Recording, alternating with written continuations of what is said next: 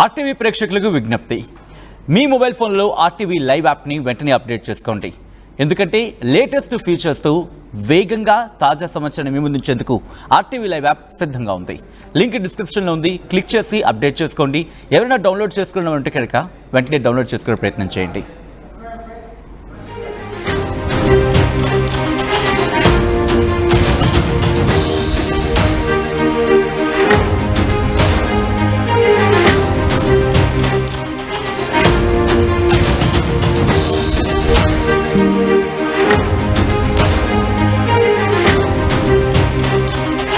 Breaking news చూస్తున్నారు.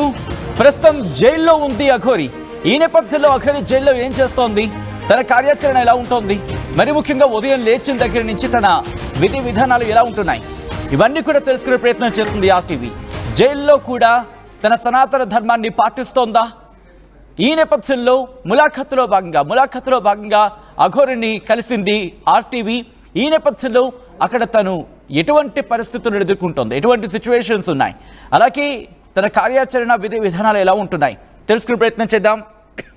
So ఈ సినారియోలోని మా ప్రతినిధి ఆర్టీవీ ప్రతినిధి వెళ్ళి ఆమెను కలవడం జరిగింది. జైల్లోనూ సనాతన ధర్మాన్ని అఘోరి కొనసాగిస్తున్నట్టుగా తెలుస్తోంది.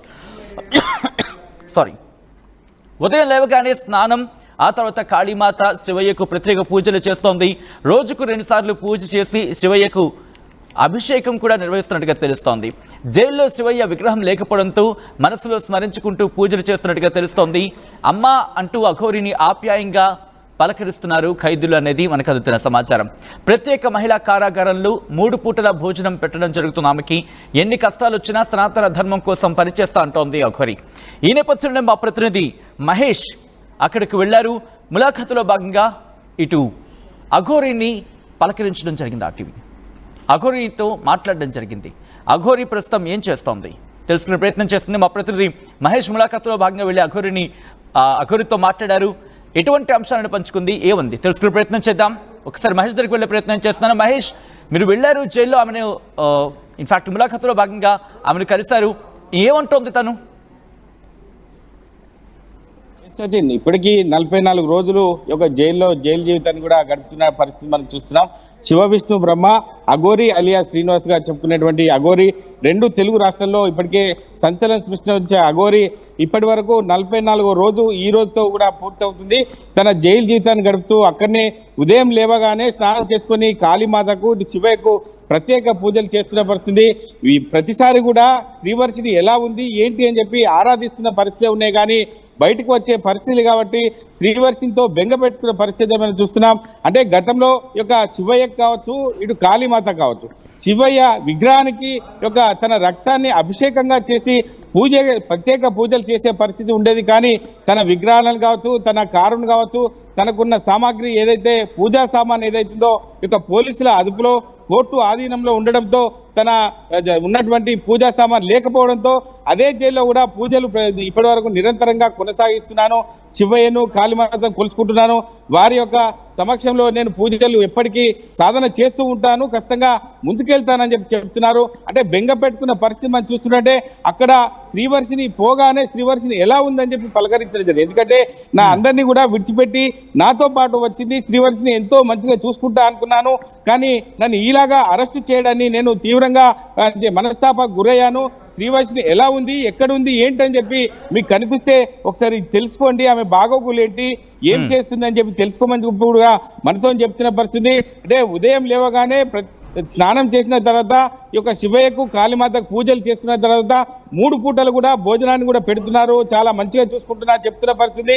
అంటే బయట ఉన్న పరిస్థితి కంటే ఇప్పుడు అంటే అఘోరి మాత మాత్రం చక్కగా అయినట్టు మనకు తెలుస్తుంది. అంటే ఏది ఏమైనప్పటికీ నన్ను సాధన మాత్రం ఆగేది లేదు, సనాతన ధర్మం కోసం ముందుండి పోవడానికి సిద్ధంగా ఉన్న తప్ప నాకు ఎన్నో అభాండాలు వచ్చినాయి, వాటిని నేను పట్టించుకోను, నా సాధన చేసుకుంటూ ముందుకెళ్తానని చెప్పి ఘంటాపథంగా చెప్తున్న పరిస్థితి.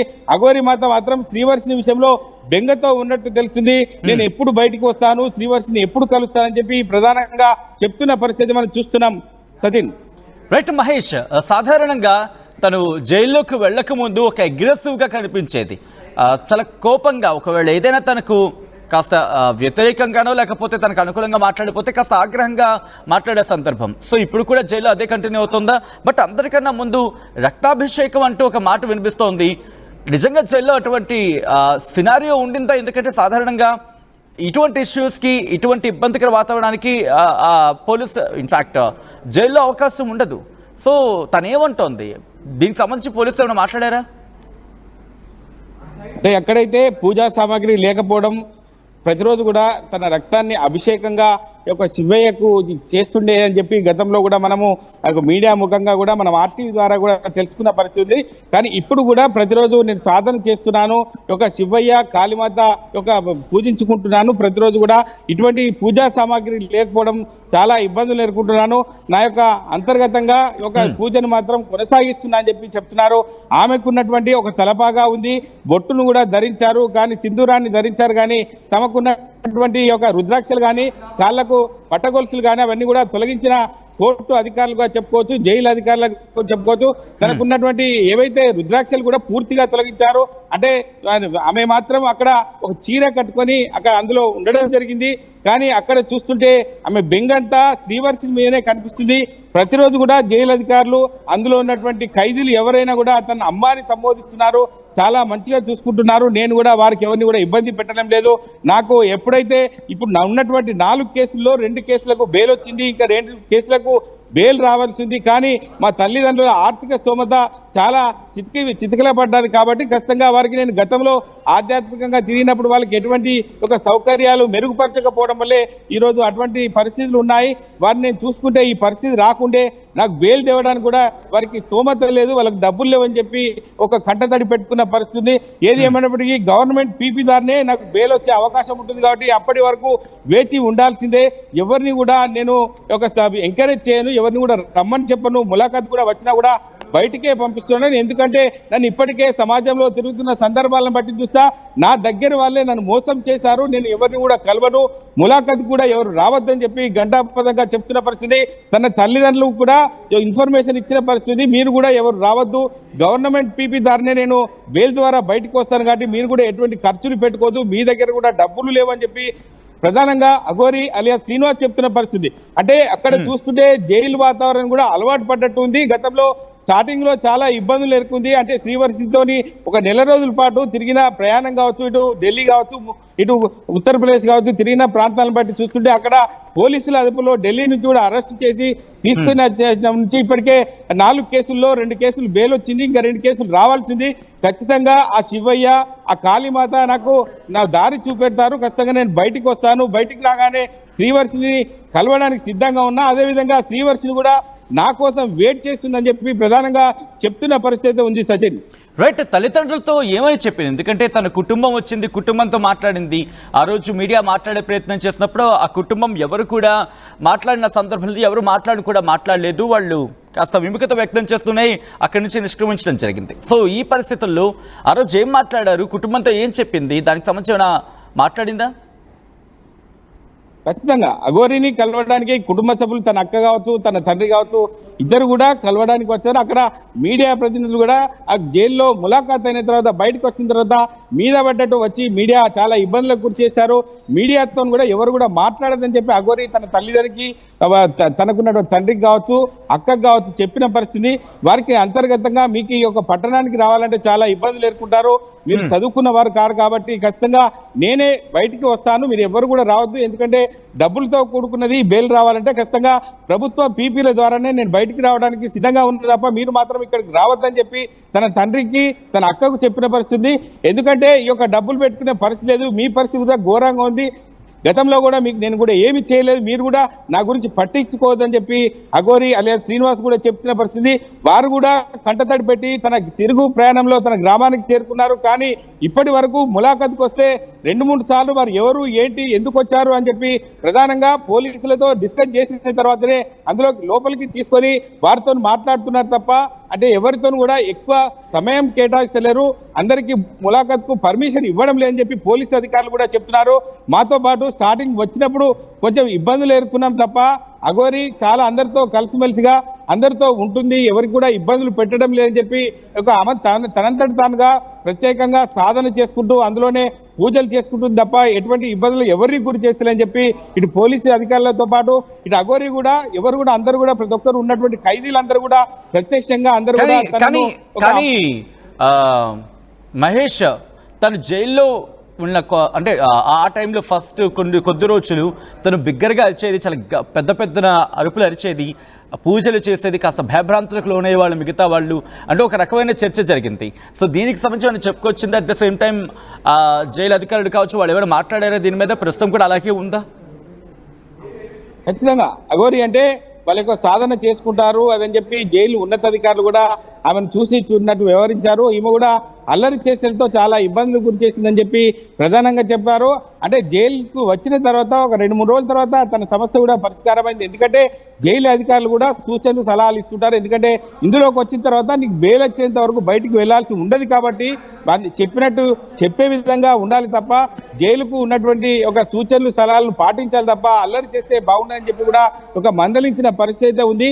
అప్పటి నుంచి కూడా అందరితో కలిసిమెలిసిగా ఉంటుంది. ఇప్పటి వరకు ఎటువంటి ఇబ్బందులకు గురి చేస్తలేదు. ఉదయం లేచి పూజలు చేసుకుంటుంది తప్ప ఎవరిని కూడా ఇబ్బందులను పెట్టలేదు. తన కాళీమాతను తన సంబంధించిన శివయ్యను కూడా కొలుచుకుంటున్నాను అఘోరి ఇప్పటికే చెప్తున్న పరిస్థితి. అంటే గతంలో ఒక శివయ్యకు రక్తాభిషేకాన్ని చేసుకుంటూ నేను పూజలు చేసేదాన్ని అని చెప్పి అన్నారు. కానీ అక్కడ శివయ్య విగ్రహం లేకపోవడం వల్ల రక్తాభిషేకాన్ని కూడా చేసుకోవడం లేదు. అందులోనే అంతర్గతంగా స్మరించుకుంటూ శివయ్యను కానీ కాళీమాతను కానీ పూజలు చేసుకుంటూ ముందుకెళ్తున్నా అని చెప్పి అఘోరి కూడా కంటతడి పెట్టిన పరిస్థితి. ఎందుకంటే బయట వివిధ రాష్ట్రాల్లో ఉన్నటువంటి ఒక దేవాలయాలను సందర్శించుకుంటూ అందరినీ హాట్గా చూసినటువంటి సందర్భాల్లో ఇటువంటి సంఘటన చోటు చేసుకొని అంతర్గతంగా అఘోరి మాత జీర్ణించుకోవడం లేదు. ఎందుకంటే నేను ఇట్లా జరుగుతుందని నేను కూడా కలలో కూడా అనుకోలేదు. నేను శ్రీవర్షిని నేను ఆమెను ఒక తల్లి కూతుల సంబంధంతోనే ఉన్నాం తప్ప నేను ప్రత్యక్షంగా ఎవరికి ఇబ్బందులు కావద్దన్న ఉద్దేశం కొద్ది పెళ్లి చేసుకున్నాను తప్ప ఇటువంటి జరుగుతాయని చెప్పి నన్ను అరెస్టు చేస్తారని చెప్పి నేను కలలో కూడా అనుకోలేని చెప్పి ప్రధానంగా ఒక 2-3 సార్లు గుర్తు చేసుకుంటూ కూడా కంటతడి పెట్టిన పరిస్థితి చూస్తుంటే అక్కడ చూసిన పరిస్థితి మనకు తెలుస్తుంది. సచిన్ రైట్ మహేష్, మొత్తంగా అయితే మాత్రం అఘోరి ప్రస్తుతం జైల్లో ఉంది. జైల్లో ఉన్న అఘోరి తన దినచర్య ఏంటి, మరి ముఖ్యంగా బయట ఉన్న సందర్భంలో చూసాం. సో ఇటువంటి నేపథ్యంలో అఘోరి జైల్లో ఎటువంటి పరిస్థితుల్లో ఉంది తెలుసుకునే ప్రయత్నం చేస్తుంది ఆర్టీవీ. వెంటనే ఆ ములాఖతులో భాగంగా ఆర్టీవీ అఘోరిని కలవడం జరిగింది. జైల్లో కూడా సనాతన ధర్మాన్ని కొనసాగిస్తానంటోంది అఘోరి. ఉదయం లేవగానే స్నానమాచరించి కాళీమాత శివయ్యకు ప్రత్యేక పూజలు చేస్తానంటోంది. అట్ ద సేమ్ టైం రోజుకి 2 సార్లు పూజ చేసుకుంటాను, శివయ్యకు మనసులోనే ధ్యానం చేసుకోవడం లేకపోతే మనసులోని పూజ చేసుకోవడం చేస్తానంటూ చెప్పుకొచ్చింది. జైల్లో శివయ్య విగ్రహం లేకపోవడంతో మనసులోని స్మరించుకుంటూ పూజలు చేస్తానన్నట్టు కూడా చెప్పుకొచ్చింది అఘోరి ఆర్టీవీతో. అమ్మ అంటూ అఘోరిని ఆప్యాయంగా అక్కడ ఖైదీలు పలకరిస్తున్నారు, తనని అమ్మ అని సంబోధిస్తున్నారంటూ కూడా ఆమె చెప్పుకొచ్చింది. ప్రత్యేక మహిళా కారాగారంలో 3 పూటలా తనకి భోజనం పెట్టడం జరుగుతోంది. ఎన్ని కష్టాలు వచ్చినా సనాతన ధర్మం కోసం పోరాటం కొనసాగిస్తా అంటోంది అఘోరి.